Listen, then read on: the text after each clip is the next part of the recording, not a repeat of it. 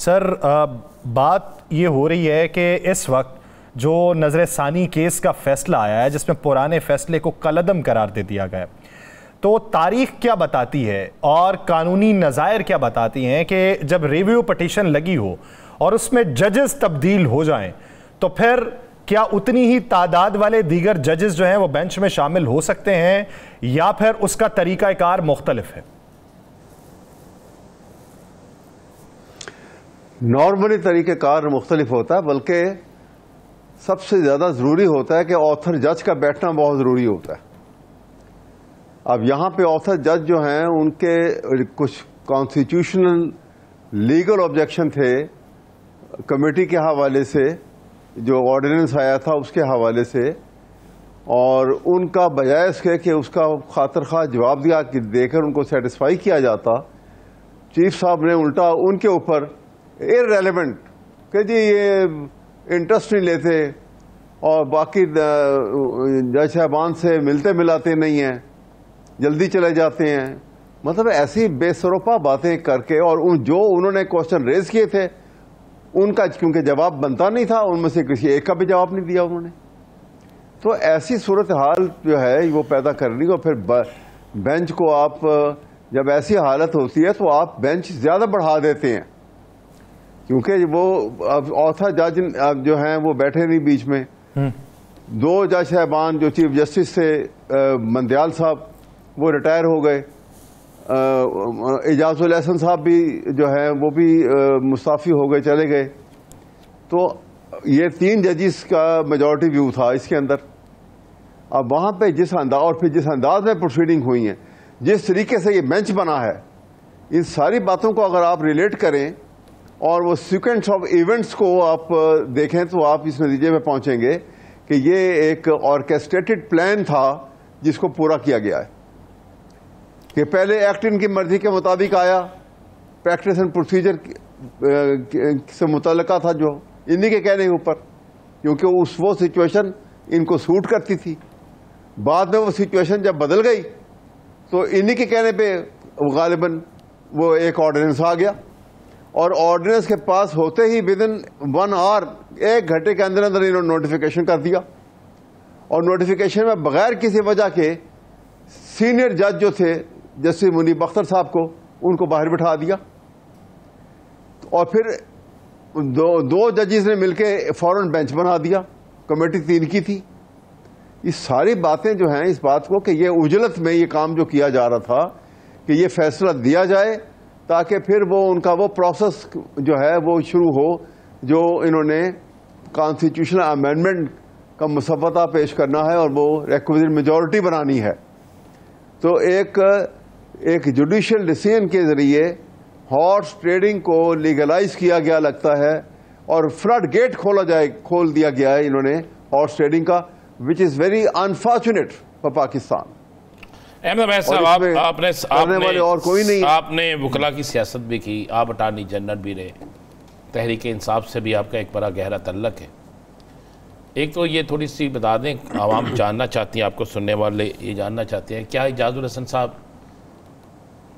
منصور علی شاہ صاحب بلوا سکتے ہیں اجلاس، کوئی جوڈیشل کمیشن کا کوئی اجلاس بلا سکتے ہیں، اور اگر اجلاس بلا کر کوئی فیصلہ ہو سکتا ہے اگر اکثریت ان کے ساتھ ہو، تو کیا جو آج کا فیصلہ ہے یا جو دیگر چیزیں ہیں یہ ریورس ہو سکتی ہیں؟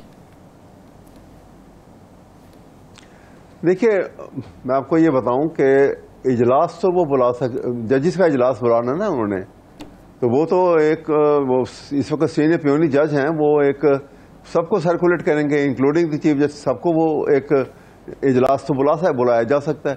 اب یہ نہیں آئیں گے تو نہ آئیں، اجلاس تو ہو جائے گا نا۔ ایک تو یہ بات تو بڑی واضح ہے۔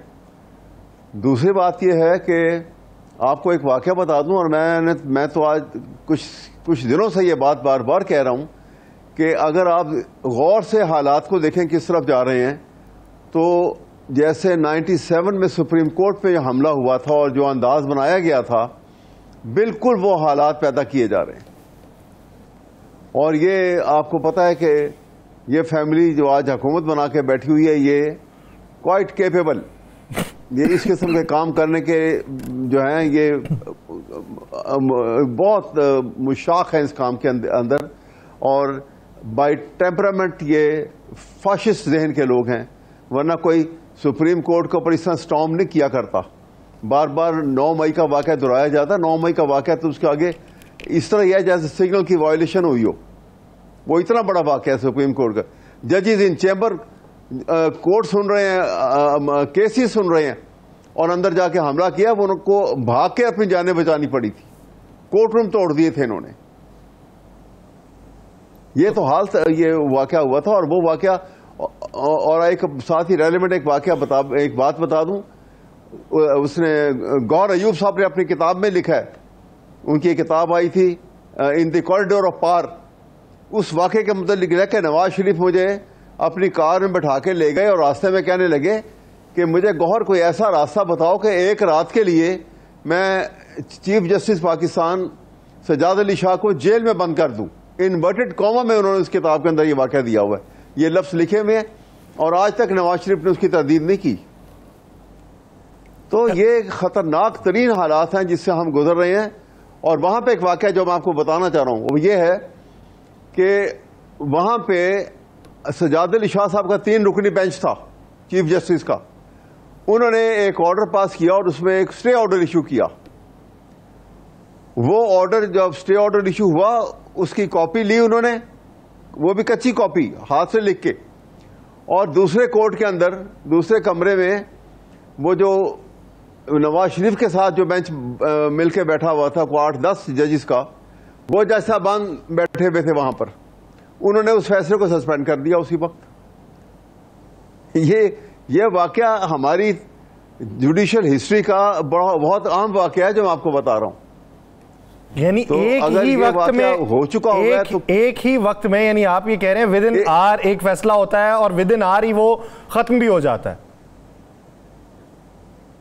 ایک ہی وقت میں ایک کورٹ سے، ایک کمرے سے، ایک کمرے میں چیف صاحب کا بینچ جو ہے وہ ایک ریسٹرین آرڈر ایشو کر رہا ہے، اور وہ وہاں سے کچی کاپی لے کے وہ دوسرے کمرے میں چلے گئے ہیں، اور وہاں جج صاحبان دوسرے بیٹھے ہوئے ہیں، ان کا مخالف گروپ وہ زیادہ تعداد میں بیٹھے ہوئے ہیں. اچھا احمد عویس صاحب، سر یہ بتائیے گا کہ ابھی جو نظر ثانی کیس کا فیصلہ تو آ چکا، اب اس کے بعد آپشن کیا ہے؟ کیا تاحیات یہی اس کی تشریح رہے گی، یا اس تشریح میں بدلاؤ کے لیے کوئی پروسیجر بھی ہے کہ دوبارہ سے کوئی صدارتی ریفرنس آئے، اس کی روشنی میں پھر اس کی تشریح تبدیل ہوگی؟ نہیں، اب تو اس فیصلے کے بعد تو اب صدارتی ریفرنس تو نہیں آئے گا.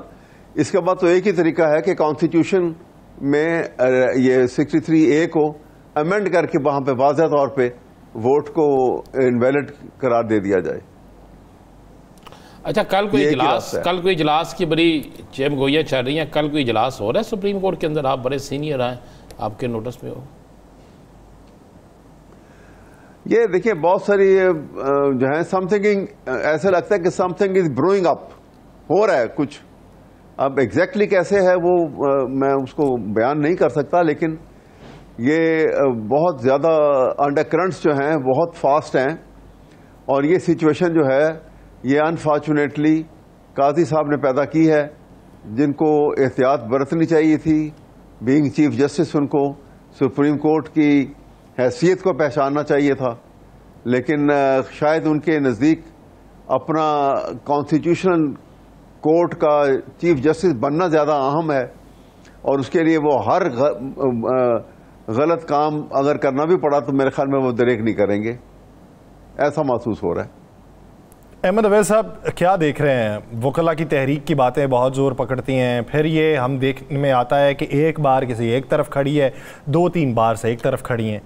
کیا وکلاء یہ آئینی ترمیم کے معاملے کے اوپر متفق ہو جائیں گے، یا پھر کوئی تحریک چلتی ہوئی دیکھتے ہیں؟ دیکھیں میں آپ کو بتاؤں، میرا خیال ہے تحریک چلے گی. اس کی وجہ یہ ہے کہ یہ کریٹیکل سٹیج آ رہی ہے، اور یہ جو ایک لانگ اویٹڈ ایک بڑے دنوں ایک عرصے سے جو مارکا آرائی چلی آ رہی ہے، وہ ایک ایسے کلمینیٹنگ پوائنٹ تک پہنچ گئی ہے، اور جو کئی دہائیوں سے ہم آدھا تیتر آدھا بٹیر بنا کے چل رہے ہیں وہ اب میرے خیال میں اس کا ختم ہونے کا بھی وقت آ گیا ہے کہ یہاں پہ اس ڈسائسو ایرینا میں ہم انٹر ہو گئے ہیں کہ جہاں سے ہمارا پاکستان کا فیوچر جو ہے وہ ڈیسائیڈ ہوگا. اب وہ آدھا تیتر آدھا بٹیر نہیں رہے گا، بلکہ مجھے یہ لگتا ہے کہ یہاں پہ اب فیصلہ ہوگا کہ ہمارا فیوچر پاکستان کا آئین ہے، اسٹرکٹلی آبزرو کیا جائے جس کو، یا ڈسپوٹزم ہے. یہ نیکڈ ڈسپوٹزم جو اس وقت جس سے ہم دوچار ہیں، یا یہ ختم ہوگا بالکل اور پاکستان میں کانسٹیٹیوشنل جو رول ہے وہ رول آف لا کے تصور کے مطابق بحال ہوگا. یہ دونوں برابر اب نہیں چلیں گے. ہم اس نیچ پہ پہنچ گئے ہیں. بہت ہو چکا اس ملک کے ساتھ. اس ملک کا فیوچر جو ہے وہ آئین کے اندر ہے، اور ڈسپوٹزم جو ہے یہ انتہائی ہمیں خطرات سے دوچار کرے گا. اور یہ کام کر رہے ہیں وہ صرف اپنی ذات کی حد تک سوچتے ہیں، اور وہ ایک خوف میں مبتلا ہیں، اور وہ خوف ان کا جو ہے وہ عمران خان کی پاپولیرٹی ہے.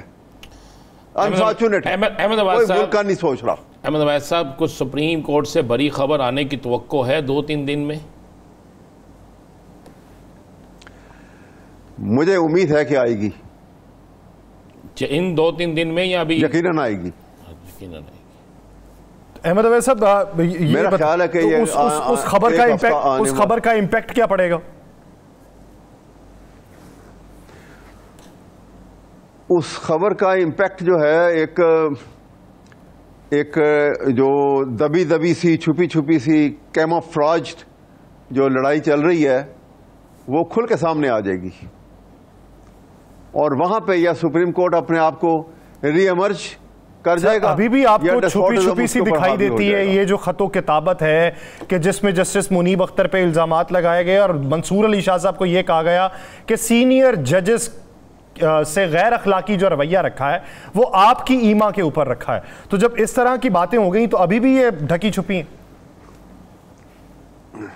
ابھی آپ 2-4 دن میں جو دیکھیں گے تو پھر آپ کو یہ میری بات یاد آئے گی کہ یہ ڈھکی چھپی بات تھی جو ہونے والا ہے یہاں پر. ایسا لگ رہا ہے. اچھا، کل احتجاج ہے یا کوئی معاملہ طے ہو گئے ہیں؟ جس طرح آج ریکویسٹ کی ہے مولانا فضل الرحمان نے بھی کہا ہے، اور پھر حکومت بھی کہہ رہی ہے کہ یہاں پہ ایک ملک کے سربراہ آئے ہوئے ہیں اور کل کا احتجاج آپ کینسل کر دیں. کوئی اس میں ڈیولپمنٹ ہوئی ہے؟ یہ ابھی لیٹسٹ پوزیشن مجھے معلوم نہیں، کیونکہ میں بھی کچھ مصروف رہا. ابھی معلوم کروں گا، لیکن دیکھیں کیا صورت بنتی ہے. اور اصل میں دیکھیں نا، بات یہ ہے کہ ہر کوئی جو ہے وہ دوسرے کے اوپر انگلی اٹھاتا ہے.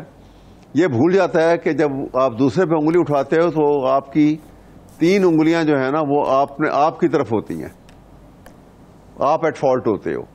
یہاں پر بھی یہی صورت ہے کہ یہ نہیں دیکھتے، یہ جو آج جو اہل حکومت ہیں یہ نہیں دیکھتے کہ یہ کس کنڈیشن میں اور کیسے پارلیمنٹ میں گھس گئے ہیں. کبھی یہاں پاس سے بھی گزر نہیں سکتے تھے اس الیکشن کے بعد، اور وہاں بیٹھ کے وہ اب دودھ کے دھلے بن گئے، اور سب کچھ ہر برائی جو ہے وہ پی ٹی آئی اور اس کے لیڈر میں آ گئی.